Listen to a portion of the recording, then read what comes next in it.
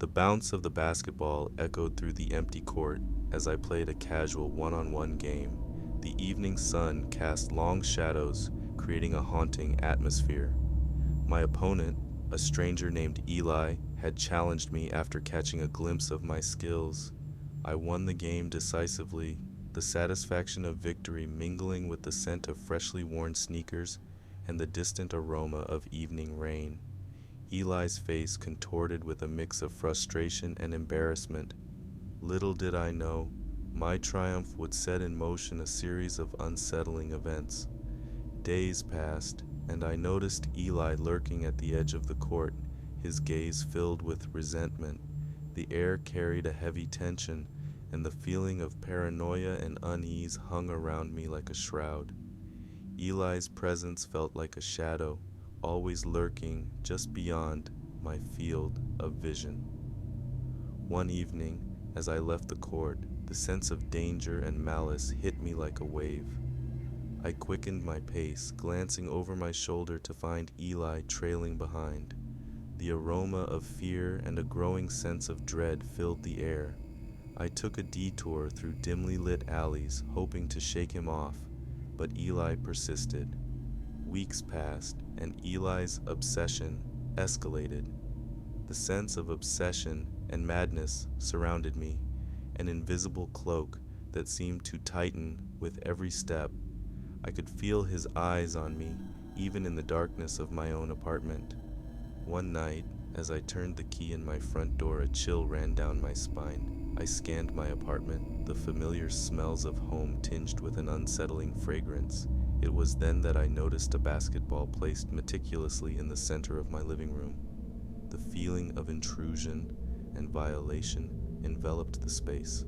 I hesitated, fear gnawing at me.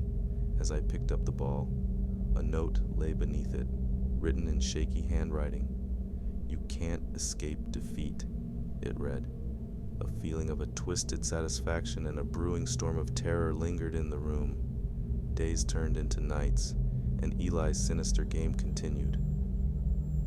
Sleepless nights and a constant state of vigilance followed me. I would find basketballs strategically placed, in my car, at my workplace, even in my bed, each one accompanied by a chilling note, a reminder of his relentless pursuit. I reached out to the authorities, but without evidence of direct threats, they couldn't intervene. Frustration and helplessness hung heavily around me. I installed security cameras, changed my routines, but Eli was always one step ahead. One evening, as I walked home, the air thick with the scent of impending doom, I felt a hand on my shoulder. Eli stood there, his eyes filled with a manic intensity. The feeling of confrontation and a twisted desire for revenge filled the alley. "You can't keep running," he hissed, surrounded by an aura of rage and insanity. I broke free and sprinted home, the echo of his laughter trailing behind me like a haunting melody. That night, as I locked myself in my apartment, paranoia and a gnawing fear took hold. I peered through the blinds, catching glimpses of Eli's shadow lurking in the darkness. The air was heavy with the scent of a relentless predator and the prey that had no escape.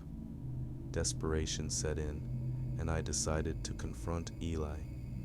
The basketball court, where it all began, felt like the only stage for our final showdown. Eli emerged from the shadows, his eyes filled with a manic gleam. The court became an arena of twisted fate. We played, not for victory, but for survival. As the game reached the end, Eli's movements grew erratic, desperation and madness consuming him.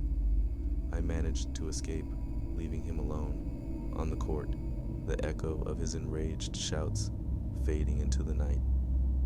Days turned into weeks, and Eli vanished from my life. The feeling of relief and a fragile peace settled around me. I had escaped his twisted game, but the court's shadows continued to whisper tales of the haunting one-on-one game that had unfolded under the watchful eyes of a malevolent adversary.